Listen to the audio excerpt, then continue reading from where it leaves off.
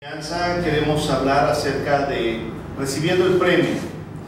Principalmente es una enseñanza para la iglesia, para los cristianos, para los que hemos decidido hacer la voluntad de Dios, pero también para todas aquellas personas que crean o que de alguna manera deseen también obtener el premio de Dios para sus propias vidas.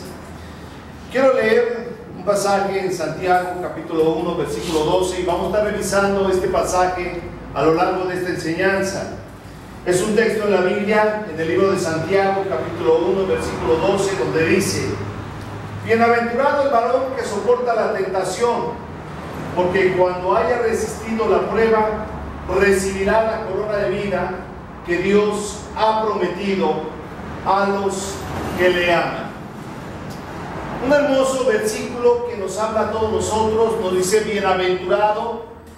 Y la palabra bienaventurado también significa dichosa la persona o feliz la persona que soporta la tentación,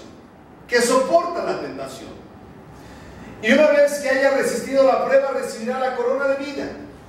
Bienaventurado el que soporta la tentación. Vamos a dividir este versículo en algunos fragmentos para que podamos extraer estas verdades. Solamente vamos a revisar y vamos a estudiar y vamos a respaldar este versículo que estamos viendo en la pantalla y que está en nuestra Biblia. Estas fracciones, primeramente, bienaventurado el varón que soporta la tentación. La siguiente es, porque cuando haya resistido la prueba, que son dos cosas diferentes, la tentación y la prueba. Luego dice aquí, recibirá la corona de vida. Lo vamos a explicar. Y también vamos a explicar que Dios ha prometido a los que le aman y qué es realmente amar a Dios. Primeramente, la tentación. Bienaventurado el varón que soporta la tentación. La tentación, todos nosotros sabemos que es una invitación a desobedecer a Dios. Esa es la tentación. Es como cuando Adán y Eva pecaron y fueron invitados por Satanás para que pecaran.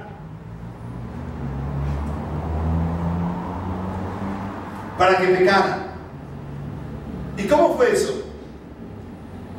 Primeramente se acerca a Satanás, a Eva, y le dice a Eva que podía comer del árbol, del fruto del árbol. Y una vez que Eva pecó, porque fue tentada y desobedeció a Dios, porque Dios le había dicho que no comiera de ese fruto que estaba prohibido, invitó también a su esposo, y su esposo también fue tentado a comer de ese fruto, y de esa manera desobedeció a Dios. Fue una tentación, una invitación a desobedecer a Dios. O sea, Dios les había dicho a ellos dos: ustedes pueden estar en la tierra, pueden tomar de todos los frutos que quieran, pueden comer de todos los animales, pueden ustedes disfrutar de este Edén, de este paraíso, de todo lo que está en este lugar, solamente no coman de este fruto. Y fue el único mandamiento que Dios les dio a Adán y a Eva en ese momento. ¿Y qué hicieron ellos? En lugar de obedecer, vino la invitación de Satanás, primeramente a Eva, con que Dios ha dicho que no coman de este fruto. Entonces viene la tentación, que es la invitación a desobedecer a Dios. Desobedece a Dios. No es verdad. Dios te está mintiendo. Tú puedes desobedecer a Dios. La tentación es una invitación. ¿Cuántas veces, día con día, Satanás nos invita a desobedecer a Dios?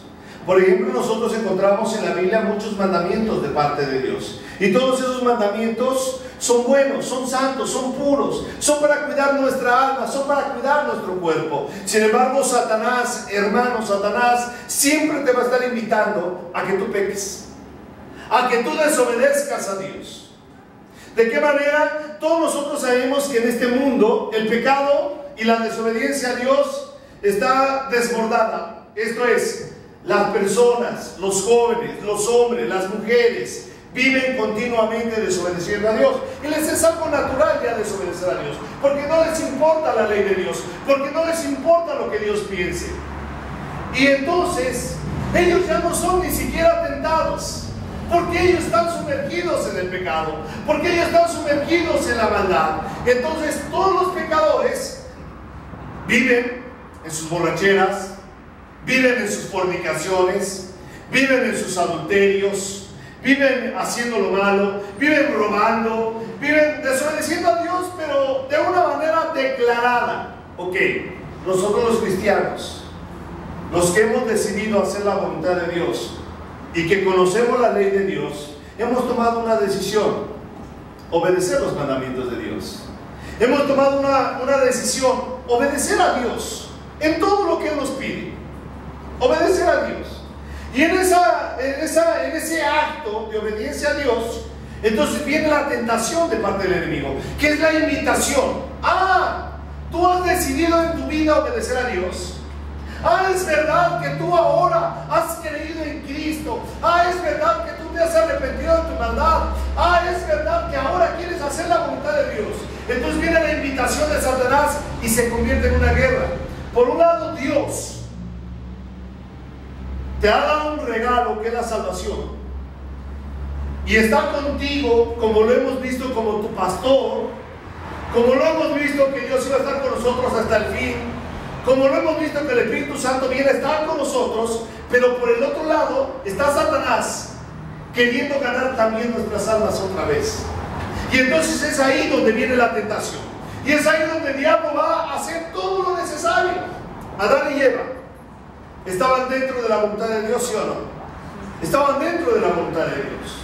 Adán y Eva estaban en un lugar protegido, claro que sí. Estaban en el Edén. ¿Tenían todas las bendiciones de Dios sobre su vida? Claro que sí. Adán y Eva tenían todas las bendiciones sobre su vida. Pero ¿qué pasaba? Que Satanás sabía que ellos estaban dentro de la voluntad de Dios. Satanás sabía que estaban en un lugar de bendición, así como tú y como yo. Tú y yo estamos en el reino de Dios. Tú y yo estamos en un lugar de bendición.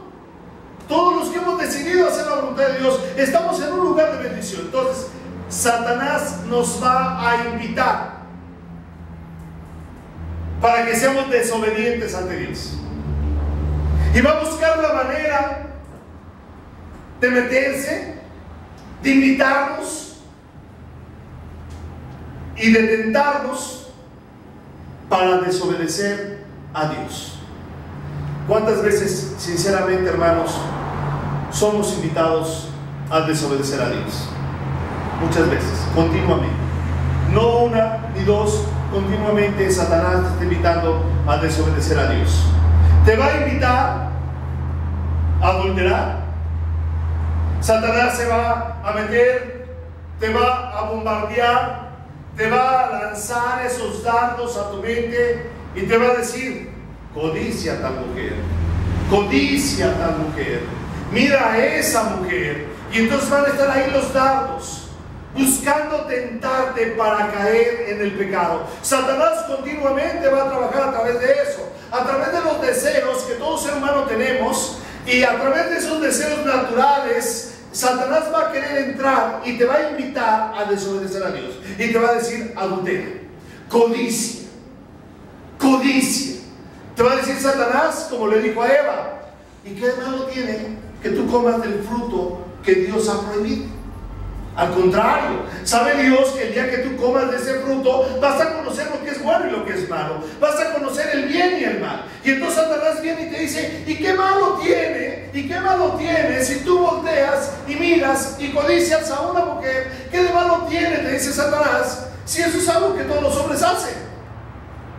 Ven que Satanás es astuto y empieza a bombardear tu mente y te empieza a decir que no hay ningún problema, que tú puedes codiciar, que tú puedes mirar pornografía, que puedes mirar revistas pornográficas, que puedes mirar mujeres desnudas o semidesnudas, y que no va a pasar nada en tu vida. Lo mismo que le dijo a Eva: no va a pasar nada, no vas a morir, le decía a Eva Satanás. Es una invitación a desobedecer a Dios.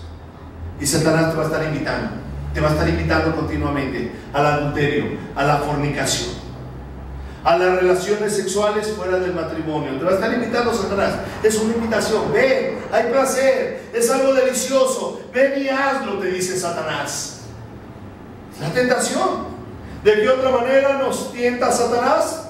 Nos tienta, por ejemplo, en la avaricia. Nos tienta también en la soberbia.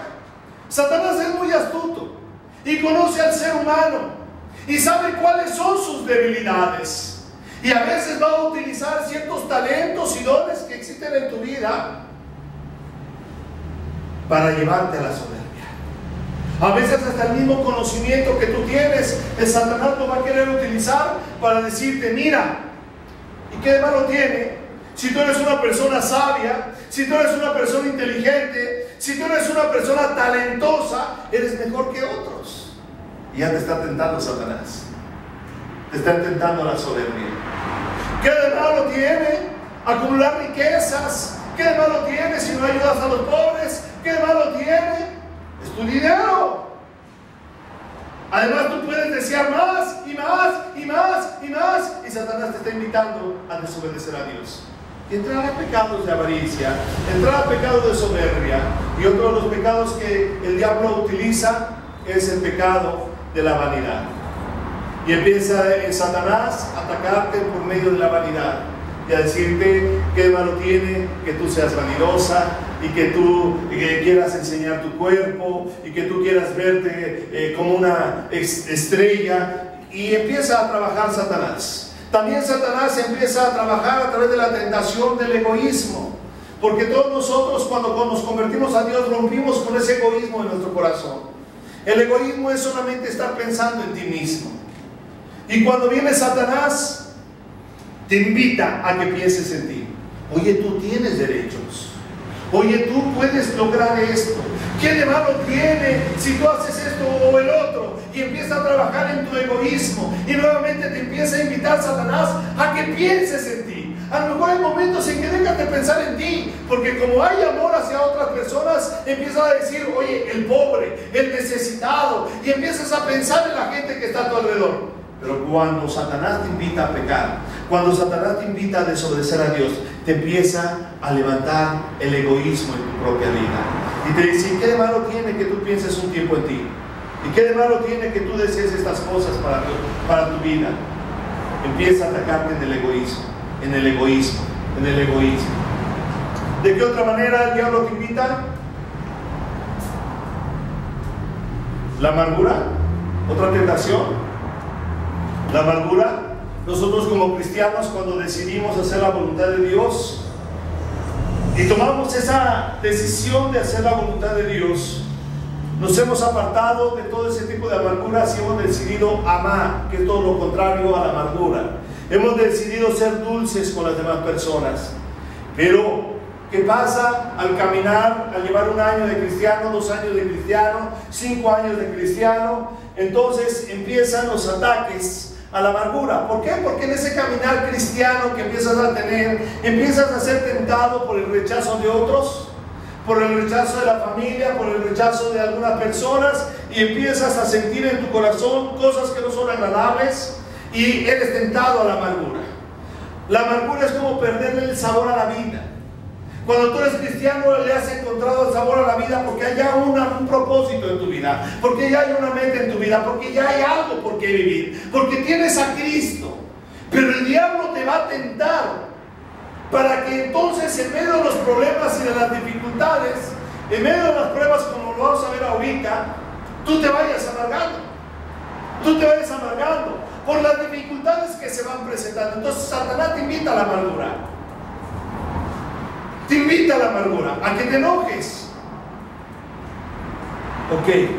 1 Corintios capítulo 10, versículo 3 nos dice aquí, ante todas esas tentaciones que estamos estudiando: no os ha sobrevenido ninguna tentación que no sea humana, pero fiel es Dios, que no os dejará ser tentados más de lo que podáis resistir, sino que dará también juntamente con la tentación la salida, para que podáis soportar. Qué hermoso es Dios, porque en medio de todas esas tentaciones que estamos mencionando ahorita, En medio de todas esas invitaciones que vienen de parte de Satanás para que tú desobedezcas a Dios, te dice aquí: no vas a ser tentado más de lo que no puedas soportar. Porque hay momentos que dices: hoy, qué tan fuerte es esta tentación que estoy a punto de caer. Qué tan fuerte es esta tentación a la fornicación, a la avaricia, a la soberbia, a la vanidad, al egoísmo, a la amargura y algunas otras tentaciones que vienen a tu vida, que dices: estoy a punto de deslizarme, estoy a punto de caer. Quiero decirte que nunca te va a venir una prueba que tú mismo no puedas salir adelante. No os ha sobrevenido ninguna tentación que no sea humana. Todas las tentaciones que puedan venir a tu vida son humanas. Son humanas, no son celestiales. Además te dice: fiel es Dios. ¿Por qué fiel es Dios? Porque como ya lo vimos hace 8 días, siendo Jesús tu pastor, y como ya lo hemos visto acerca de la carrera cristiana, y también como lo hemos visto que el Espíritu Santo, que aun cuando venga la tentación, Dios te va a ayudar. Fiel es Dios, que no te va a dejar ser tentado más de lo que no puedas resistir. Siempre que venga la tentación, juntamente dice: te va a dar la salida. Siempre te va a dar la salida para que puedas tú soportar. Y cuando viene esa tentación tan fuerte, cuando viene esa invitación de parte de Satanás tan fuerte en tu vida para hacer algo incorrecto y para desobedecer a Dios, y aun cuando esté fuerte en tu vida, quiero decirte que es soportable, porque es humana. Y hermano, si un día tú te sientes tentado a la amargura, si te sientes tentado al egoísmo, si te sientes tentado a la soberbia, quiero decirte: no vas a ser más tentado de lo que no puedas soportar. Y tu tentación es humana. Y qué bueno es Dios, que también nos va a dar la salida. ¿No les ha pasado así, hermanos? Cuando estábamos en esas tentaciones tan fuertes en nuestra propia vida. Claro que sí. Claro que sí. Vamos a ver otra vez Santiago capítulo 1 versículo 12 para dar la segunda parte de esta enseñanza. Dice: bienaventurado el varón que soporta la tentación.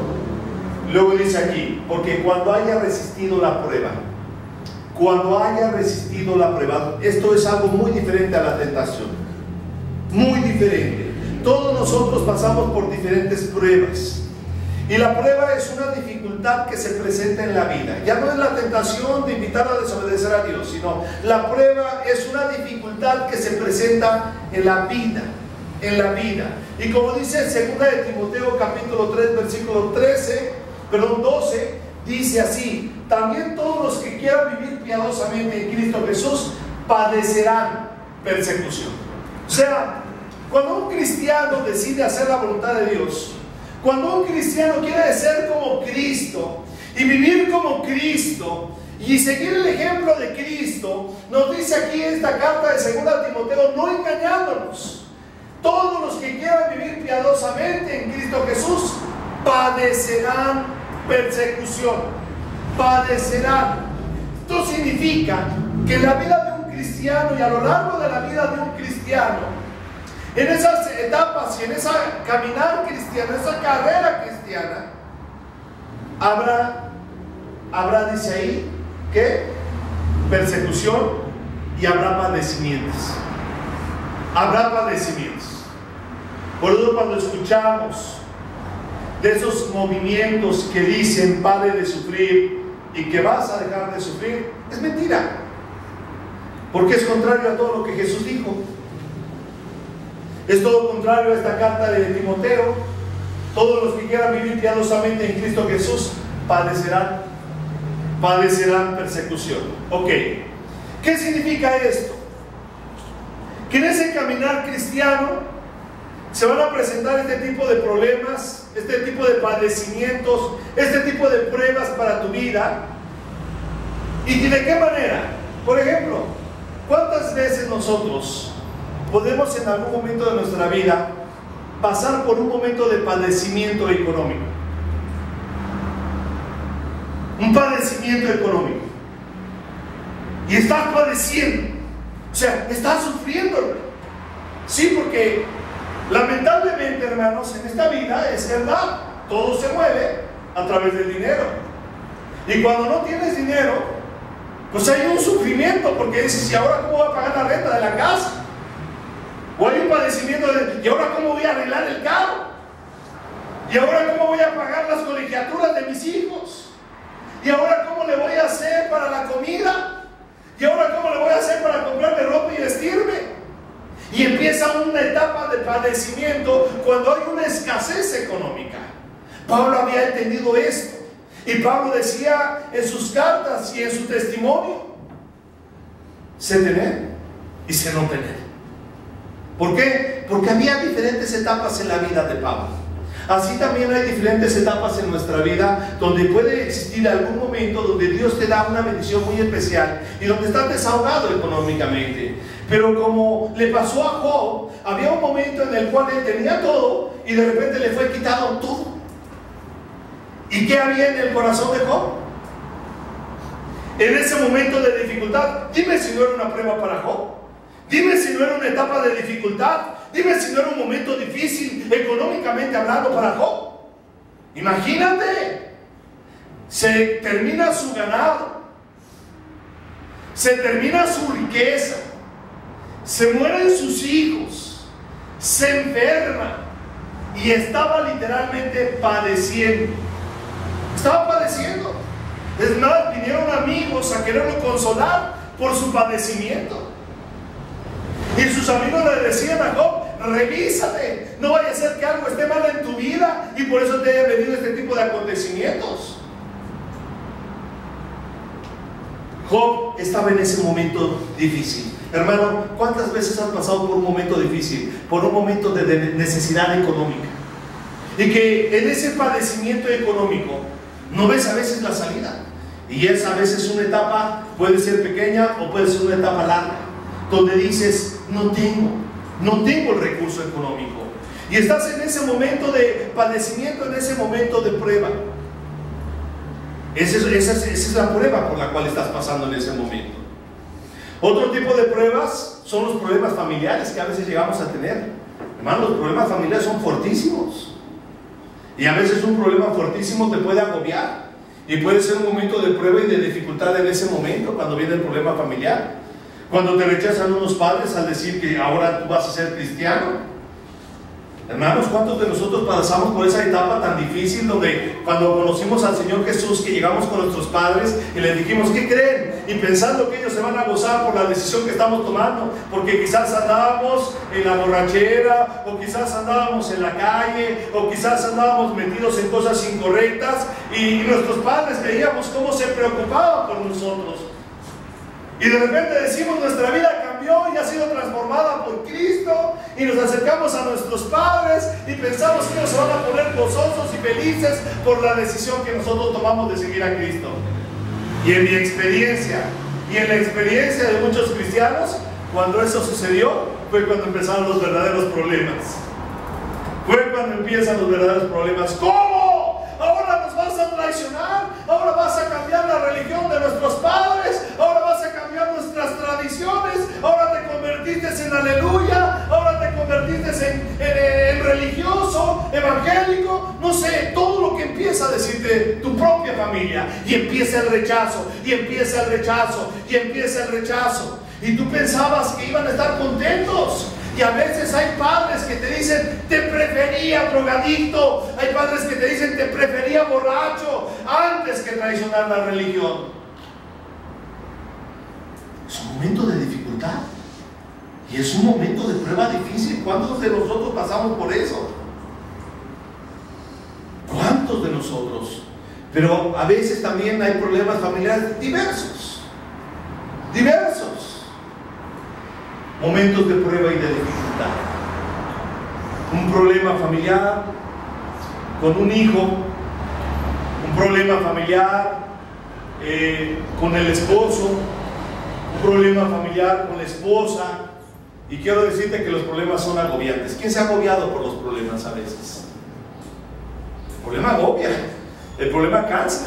Y te cansa físicamente y mentalmente y espiritualmente te cansa. Y hay momentos que estás en ese momento de prueba y de dificultad y de padecimiento por un problema familiar, por un divorcio, por un rechazo de los hijos, por un hijo rebelde, no sé, por lo que estés pasando en ese momento en tu vida como cristiano, y estás agobiado porque es una etapa, es un problema, no encuentras la solución, no encuentras la salida, no sabes cómo solucionar ese problema familiar, pero es un momento de prueba y de dificultad.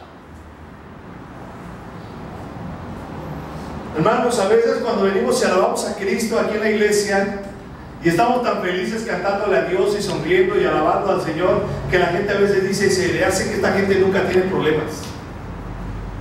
Pero quiero decirle que somos humanos y estamos en este mundo y seguimos teniendo problemas, y las dificultades y los momentos de prueba continúan.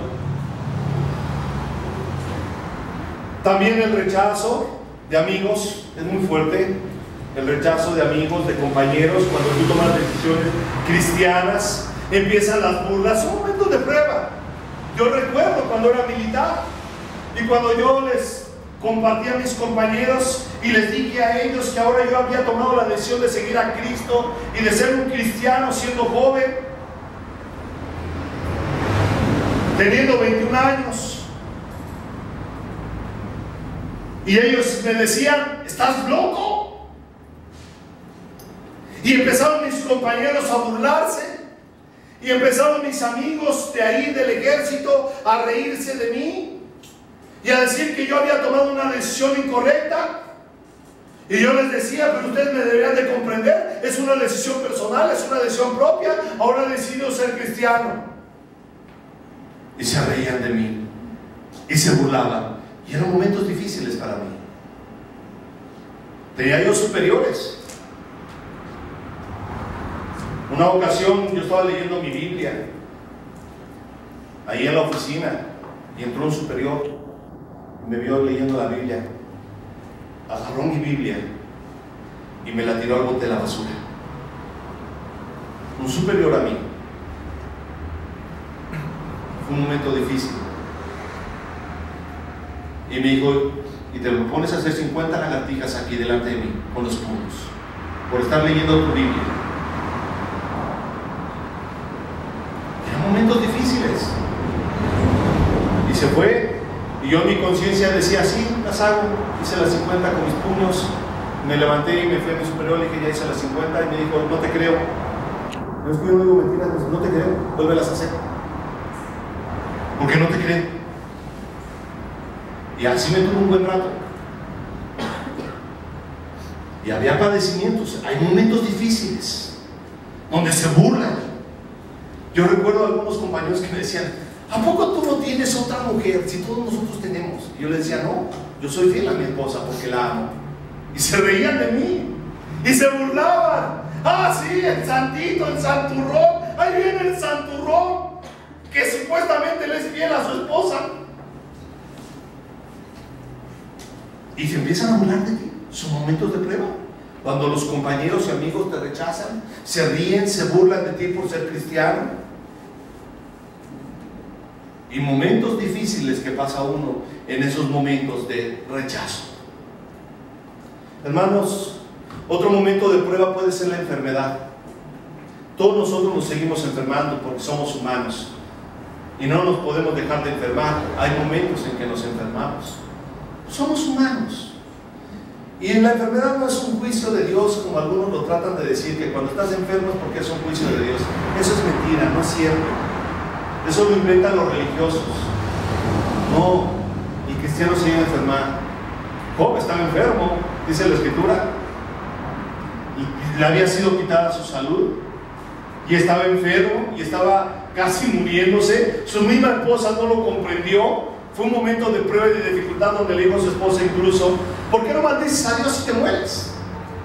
Decía la esposa Job, ¿por qué no maldices a Dios si te mueres? En un momento de dificultad estaba enfermo. Ok, ¿cuántas veces te has enfermado? Y es un momento de prueba, es un momento de dificultad, es una etapa en la vida donde tú estás pasando y que es el momento de la prueba.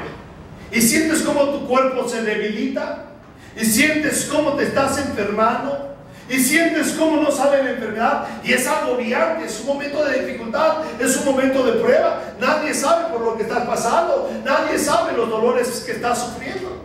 Es un momento de prueba, es un momento de dificultad, es la prueba, es un momento de prueba la enfermedad. ¿Qué otra manera? Otra manera de ser probados o pasar por ese momento de padecimiento es la muerte de un ser querido. Cuando un ser querido se muere, también es un momento de dificultad. También hay momentos de dificultad cuando tú quieres cumplir ciertas metas y empiezas a tener todos los estorbos de parte del enemigo para cumplir esas metas. Te forjas una meta en tu mente y quieres llegar a esa meta, pero el enemigo empieza a meter su mano, y no puedes cumplir con esas metas. Es un momento de dificultad. Ok, entonces si volvemos nuevamente al texto de Santiago capítulo 1 versículo 12, dice: bienaventurado el varón que soporta la tentación. Luego dice: porque cuando haya resistido la prueba. Hermanos, aquí viene la bendición. Porque cuando haya resistido la prueba, recibirá la corona de vida. Recibirá la corona de vida. Hermanos, quiero decirte que todos esos padecimientos y esas tentaciones que te acabo de mencionar, esa etapa donde estás soportando la tentación y lo difícil que es en verdad mantenerte firme para no desobedecer a Dios, y luego la otra etapa donde hay etapas de prueba, ya sea enfermedades económicas, problemas familiares, rechazos, enfermedades, muertes y todo ello, llega un momento en que todo eso se termina. Llega un momento en que eso se acaba. Por eso dice: pero cuando haya resistido la prueba, recibirá la corona de vida. Llega un momento en que tú estás, como lo mencionábamos, en esa carrera cristiana, en esa dificultad para llegar a la meta, pero una vez de vida. Qué hermoso, porque hay un premio, hermanos. A lo mejor en este momento, en tu vida cristiana, dices: qué difícil soportar las tentaciones, qué difíciles son los momentos de prueba, qué difícil es ese momento cuando no tienes el dinero suficiente, qué difícil es cuando estás pasando por ese problema familiar, qué difícil es cuando estás pasando por esa enfermedad. Y son momentos de prueba, hermanos, son momentos de dificultad. Aquí en la tierra no vamos a encontrar el paraíso, aquí en la tierra no vamos a encontrar el lugar de reposo y de descanso. Pero cuando nosotros hayamos terminado la carrera valientemente, hermanos, vamos a recibir la corona. Hermanos, hay una corona que te está esperando en el cielo. Hay una corona que Dios está preparando para ti, para que cuando tú llegues ahí, hermano, tú recibas esa corona de vida. Esa corona va a ser para ti. 1 Corintios capítulo 15, versículo 20 al 26. Vamos a ver en qué consiste esa corona. Mas ahora Cristo ha resucitado de los muertos. ¿Quién sabe que Cristo ha resucitado? Todos nosotros sabemos que Cristo ha resucitado. Pero no solamente eso, dice: mas ahora Cristo ha resucitado de los muertos. Pero te dice algo muy importante: primicias de los que durmieron es hecho. ¿Qué es eso? Primicias de los que durmieron es hecho. Esto significa que si Cristo resucitó, nosotros vamos a resucitar, hermanos, para recibir la corona de vida. ¿Qué más? Versículo siguiente: porque por cuanto la muerte entró por un hombre, también por un hombre la resurrección de los muertos. Porque así como en Adán todos mueren, también en Cristo todos serán vivificados, pero cada uno en su debido orden. Cristo, las primicias; luego los que son de Cristo en su venida; luego el fin, cuando entregue el reino al Dios y Padre, cuando haya suprimido todo dominio, toda autoridad y potencia. Porque precioso es que el que reine hasta que haya puesto a todos sus enemigos debajo de sus pies. Y el postrer enemigo que será destruido es la muerte. Hermanos, no sé si me entiendan, es algo que no alcanzamos a entender nosotros porque no lo hemos vivido. Pero lo que sí nos dice aquí claramente en la Escritura, y si todo lo que dijo Jesús se ha cumplido al pie de la letra hasta los tiempos del fin, que son los tiempos que estamos viviendo, nos dice ahí una verdad muy importante. Así como Cristo resucitó, hermanos, se los aseguro, y así lo dijo Cristo, vamos a resucitar. Los que estemos muertos, los que hemos muerto, y esa es mi confianza, hermanos. Y yo le digo a mi esposa, trata de no llorar cuando tú me veas en una tumba, ahí acostado muerto, dentro de ese ataúd. O llora un poquito si quieres, pero ten seguridad de una cosa. Ten seguridad de una cosa. El día que tú me estés enterrando ahí, te debes llevar presente algo: Dios me va a resucitar. Porque esa es una promesa y se va a cumplir, y yo la creo. Yo la creo, hermanos. ¿Tú la crees? Así es que, hermanos, si uno de nuestros familiares muere y vamos a velarlos, vamos a cantar, hermanos, porque Él está con el Señor en espíritu. Pero dice la Escritura que en cuerpo físico Él va a resucitar, porque Cristo resucitó en cuerpo físico. En cuerpo físico. Y hermanos, nuestros cuerpos, aunque se pudran, se desintegren, se vuelvan polvo, de ese mismo polvo nuevamente va a soplar Dios y va a regresar su espíritu a nuestro cuerpo, va a reintegrar nuestro cuerpo y vamos a vivir nuevamente, hermanos. Y lo vamos a ver. Hermanos, el día que nosotros partamos y muéramos, cuando venga Jesús por segunda vez, nos vamos a levantar y nos vamos a volver a ver. Y nos vamos a volver a ver. Hermanos, cuando nos veamos, ¿qué pasó, hermano Melesio? Dame mi abrazo. ¿Quién se murió primero? No sabemos, pero dame un abrazo, nos morimos, ya estamos aquí vivos otra vez. ¿No? Y así, hermano, Ricardo, ¿qué pasó? Nos habíamos despedido en la tierra, pero aquí estamos resucitados. Y dice la Escritura que vamos a resucitar todos. Todos los cristianos vamos a resucitar. Y los que estén vivos aún aquí en la tierra parados, y si a alguno de nosotros nos toca estar vivos y estar aquí, de repente vamos a empezar a ver cómo empiezan a levantarse aquellos hermanos que murieron y estén en medio de nosotros. Y estén en medio de nosotros. Todos aquellos hermanos que murieron antes se van a levantar. Y que lo veamos, hermano, ¿estás vivo? Sí. Y ahora, juntamente con ellos, dice aquí la Escritura, seremos arrebatados para estar con el Señor Jesús. Será una resurrección.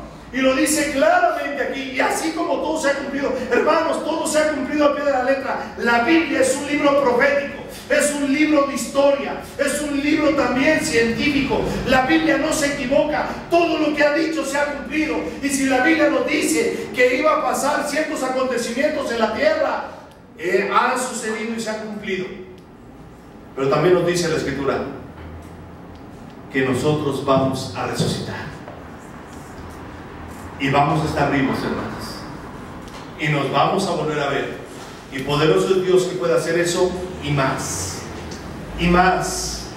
Y una vez que estemos resucitados, hermanos, una vez que estemos vivos, estaremos ahí, hermanos. Versículo 54. De aquí mismo, de este capítulo. Cuando esto corruptible sea vestido de incorrupción y esto mortal se haya vestido de inmortalidad, entonces se cumplirá la palabra que está escrita: sorbida es la muerte en victoria. Hermanos, esto es mortal, esto se acaba. Esto que es carne se acaba. Esto que es huesos y sangre y arterias, eso se acaba, porque hay una corrupción en este cuerpo. Desde que Adán pecó, dijo Dios: el día que tú comas, el día que me desobedezcas, vas a morir. Y esa maldición de la muerte ha corrido desde Adán y Eva hasta nuestros tiempos, hermanos. Porque Dios no nos hizo para morir, Dios nos hizo para ser eternos. Dios nos hizo para ser eternos. Por eso en nuestro corazón está la eternidad, no está la muerte. A la muerte se le tiene miedo, porque no queremos morir, porque no fuimos creados para morir. Fuimos creados para vivir y fuimos creados para ser eternos. Por eso dice que así como Cristo resucitó, así también nosotros seremos resucitados. Pero no solamente vamos a resucitar, hermanos, sino que nuestro cuerpo va a recibir unos cambios preciosos. Sí, nuestros cuerpos van a cambiar, hermanos. Ya no van a ser estos cuerpos. Ya no va a ser que el gordito, el muy flaquito, el canoso, ya no va a ser el arrugado, ¿no?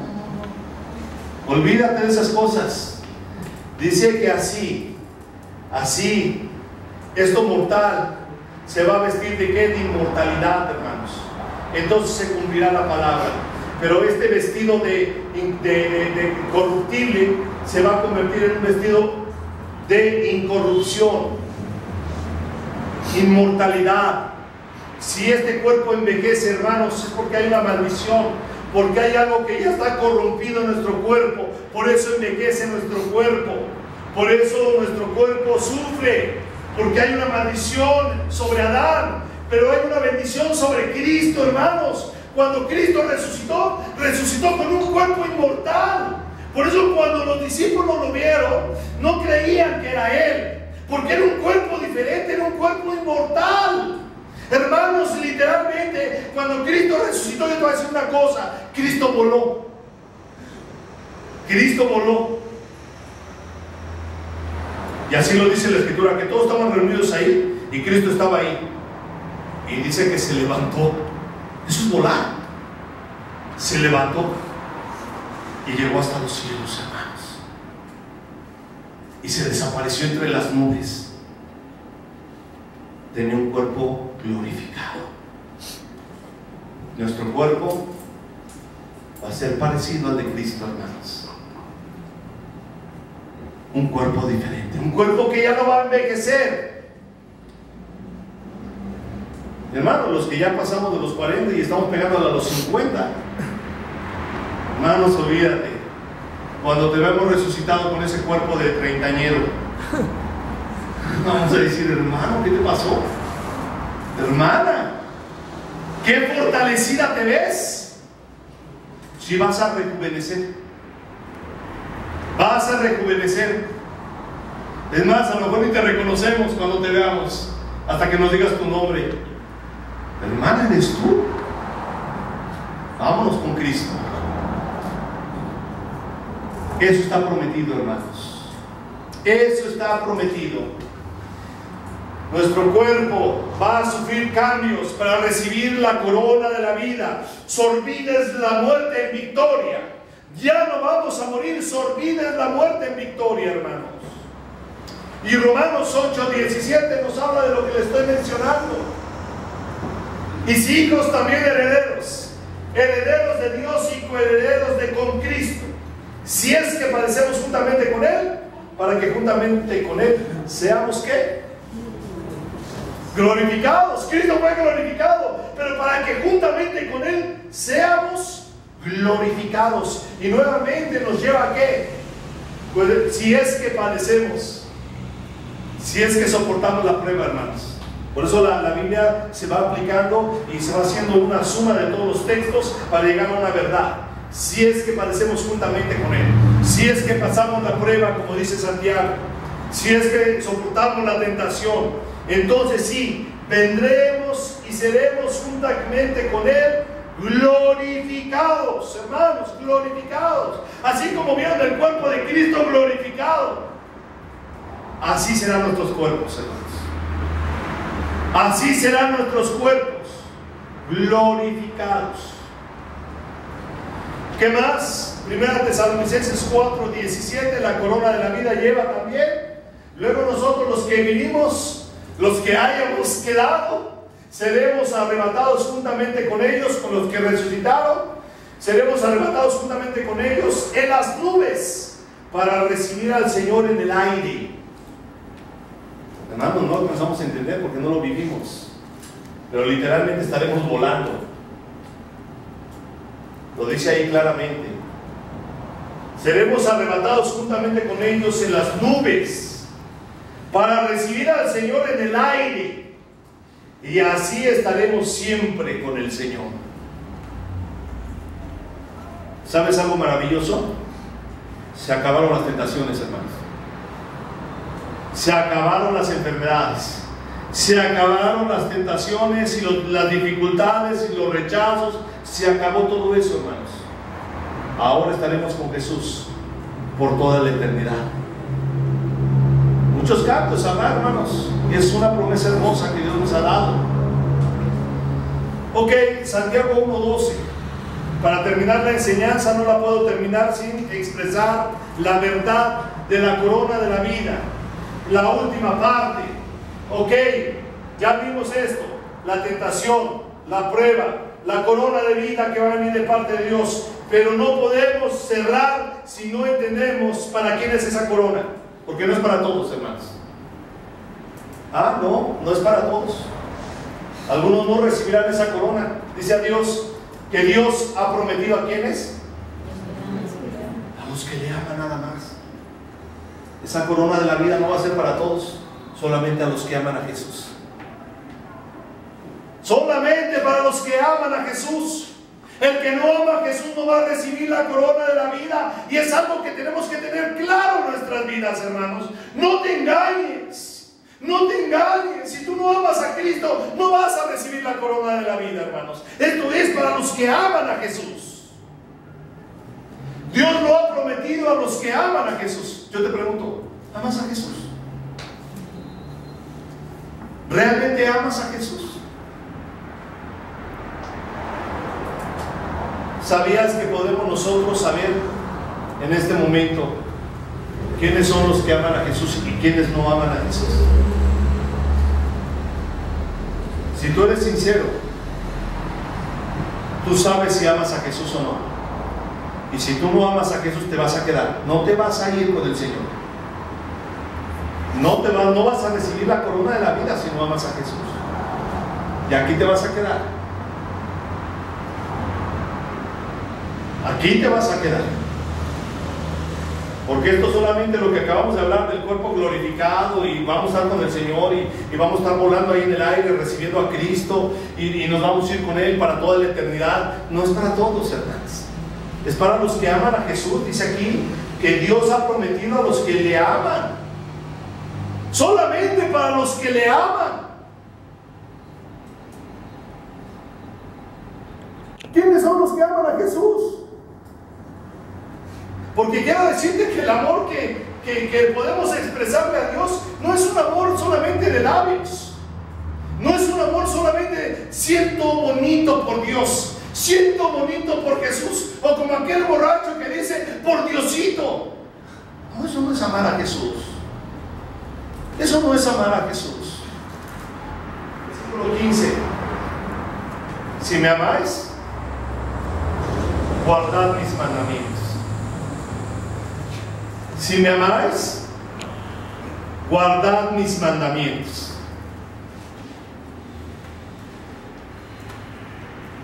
¿Sabes? La mayor prueba para saber si tú amas a Jesús es si tú obedeces sus mandamientos. Esa es la mayor prueba para saber si tú estás amando a Jesús, si tú guardas sus mandamientos. Aquí la pregunta es: ¿amas a Jesús? ¿Amas a Jesús? El que lo ama guarda sus mandamientos. Vamos a ver cuáles son los mandamientos de Dios. Vamos a ver cuáles son los mandamientos de Jesús. Mateo capítulo 22, versículo 37 al 40. Aquí dice claramente cuáles son los mandamientos de Jesús.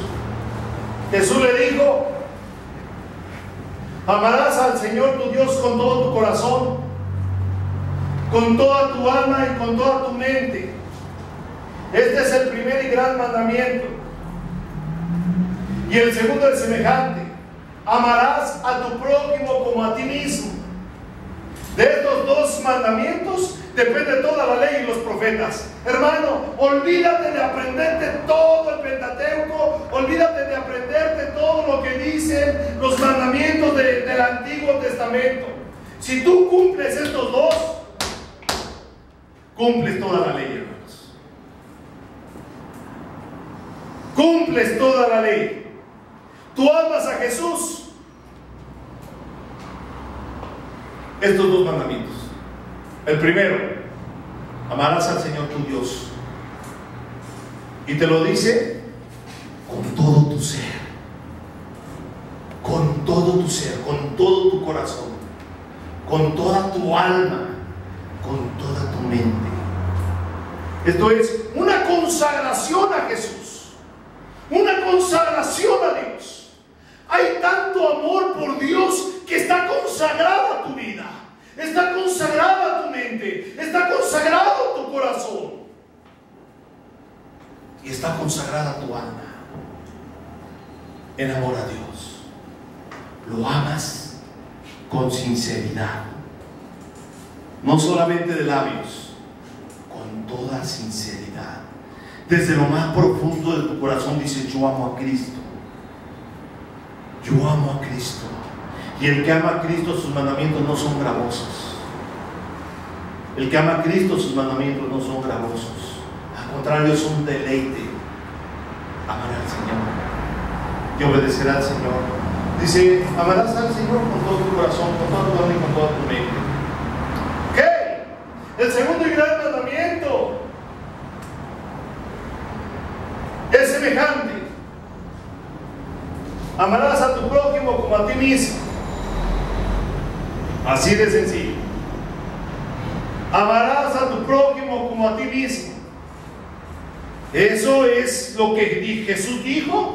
Y dijo que el que me ama obedece mis mandamientos. ¿Cómo saber si tú amas a Dios? ¿Qué tanto amas a tu prójimo? ¿Qué tanto amas a las personas que están a tu alrededor? ¿Realmente cuánto amor hay en ti por ellos? Si no hay amor por tu prójimo, es mentira que amas a Dios, porque dices que amas a Dios que no es. Pero al hermano y a la hermana y a tu compañero y a tu padre y a tu madre y a tus hermanos y a la gente que tú ves, si no los amas, ¿cómo dices que amas a Dios que no ves? Estos son los mandamientos de Dios. Estos son los mandamientos de Dios, hermano. Amar a tu prójimo. ¿Como a quién? Como a ti mismo. Y todo lo que tú quisieras que los demás hicieran por ti, eso mismo tú tienes que hacer por los demás. No será difícil comprender los mandamientos de Jesús. Cuando Jesús nos dijo: más bienaventurado es dar que recibir. Será muy difícil comprender los mandamientos de Jesús cuando Él mismo puso su vida por nosotros. ¿Será difícil entender este mandamiento: amarás a tu prójimo como a ti mismo? De ahí depende toda la ley. ¿Quieres saber si obedeces toda la ley? Nada más. Amas a Dios con todo tu corazón, con toda tu mente y con todas tus fuerzas. Amas a tu prójimo como a ti mismo. ¿Cómo sabes si realmente amas a tu prójimo? Si realmente haces algo por los demás. Si tú no haces nada por los demás, si no eres productivo en bendecir a la gente que está a tu alrededor, tu amor es mentira.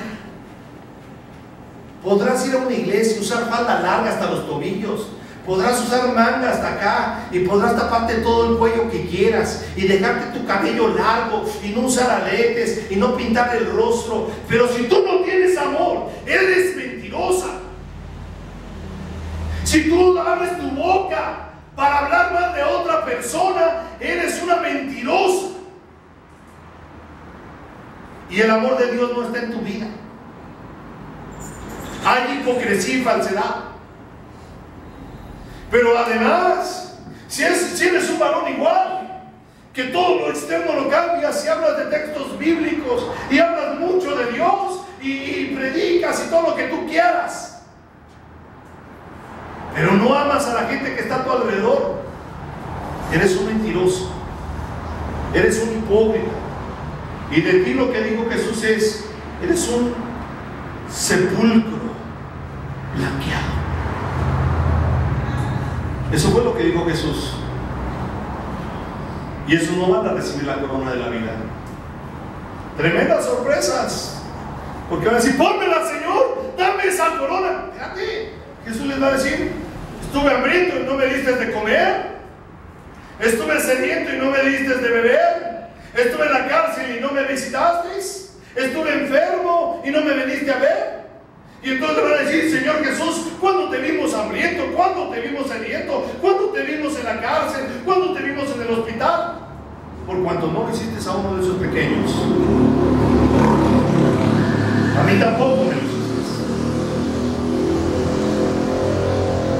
Y la palabra tan fuerte que va a salir, la palabra de la boca de Jesús, aparte de mí, maldito, yo no te conozco. Grandes sorpresas para el que vive una religión solamente externa y de apariencia, pero no de corazón. Amarás a tu prójimo. ¿Quieres saber si amas a Jesús? Ahí están sus mandamientos. Ahí están sus mandamientos. Pero ahí sí está el religioso que quiere cumplir los mandamientos en la ley. Sí, yo guardo el día de reposo y no compro en absolutamente nada el día de reposo, porque es un mandamiento de Dios. Pero sí se la viven en el chisme y hablando mal de otros y levantando calumnias. Es falsedad, es hipocresía. No es real su amor al prójimo. No es real. Es falso. Amarás a tu prójimo como a ti mismo. De estos dos mandamientos depende toda la ley y los profetas. Ok. Jesús ha prometido esto a los que le aman. Mateo capítulo 22, versículo 37 al 40. Eso es el siguiente, Juan 14, 23. Respondió Jesús y le dijo, el que me ama, mi palabra guardará, y mi Padre le amará, y vendremos a él y haremos morada con él. El que me ama, dice, mi palabra guardará. O sea que la palabra de Jesús va a obedecer, el que ama a Jesús. ¿Y qué palabras? Si nosotros estamos leyendo aquí San Juan capítulo 14, versículo 23, vámonos un capítulo antes, para que tú puedas entender el contexto de lo que está diciendo aquí Jesús. El que me ama, mi palabra guardará. ¿Cuál palabra? La que dijo un capítulo antes, el capítulo 13, versículo 34. Un mandamiento nuevo os doy, que os améis unos a otros como yo os he amado, que también os améis unos a otros. Y entonces sí, viene el capítulo 14 y dijo Jesús que el que me ama, mi palabra guardará. Está hablando acerca del amor. Regresen al versículo, al capítulo 13. Si me aman, dice ahí, un mandamiento nuevo os doy, que os améis los unos a los otros, como yo os he amado. Hermanos, nosotros tenemos que aprender a entender esto. Y Jesús nos dice una cosa: ustedes se tienen que amar como Cristo nos amó. Como Cristo nos amó. Jesús nunca buscó lo suyo propio. Jesús vivió por los discípulos. Jesús se daba por ellos. Ciertamente en algunos momentos los exhortó, y a veces los exhortó fuertemente. A veces les advirtió: Satanás va a venir y te va a zarandear. No te engañes, Pedro, me vas a negar 3 veces. Y como le dijo a Judas, con esto entregas, con un beso entregas a tu amigo, a tu Señor, a tu Maestro. Y cuando le dijo a los discípulos: ¿por qué pides que los niños vengan a mí? Dejad que ellos vengan.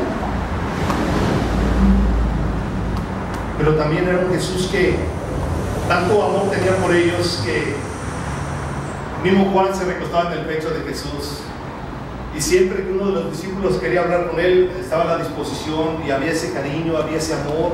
Cuando ellos estaban turbados o tentados, como Pedro cuando estaba ahí en el mar y que le dijo: Señor, creo que eres un fantasma, y le dijo: no, soy Jesús. Entonces déjame que yo también vaya. Ven. Y caminó Pedro en las aguas, y ahí estaba Jesús. Y cuando aún Pedro no soportó y empezó a hundirse, extendió su mano Jesús y lo levantó y le dijo: Pedro, ¿por qué dudaste? Dándole una gran enseñanza a Jesús, diciéndole: siempre voy a estar contigo para ayudarte, aún en los momentos más difíciles. Pero de esa manera, hermanos, también nosotros tenemos que ser para con nuestros hermanos. Cuando un hermano esté en esa dificultad, extenderle nuestra mano y decirle: hermano, aquí estoy contigo. Hermano, mi amor es puro para contigo. Y nos tenemos que amar nosotros mismos, hermanos, como Cristo nos amó.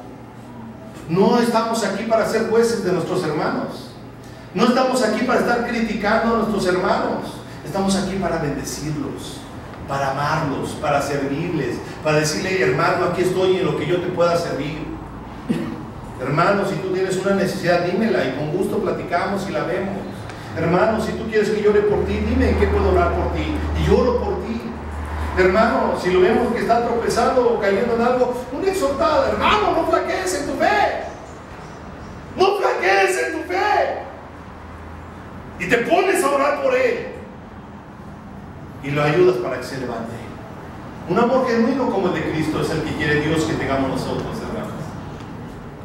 En esto conocerán que sois mis discípulos, dijo Jesús, y que se aman los unos a los otros. Hermanos, si Dios levanta una iglesia donde realmente existe ese amor, olvídate de todo lo demás. El amor al prójimo es lo más importante. Hagamos una oración. Padre, te damos gracias, Señor, por tu palabra. Gracias por la corona de vida que tú has prometido, Señor, a los que te aman. Gracias, Padre, porque en medio de las tentaciones y de las pruebas sabemos que tú estás ahí, Padre, extendiendo tu mano. Gracias, Padre, por tus bendiciones, Señor. Gracias, Señor, por lo que tú haces por nosotros. Que esta palabra quede en nuestros corazones y en nuestras mentes, Señor. Gracias, en el nombre de Jesús. Amén. De esta manera.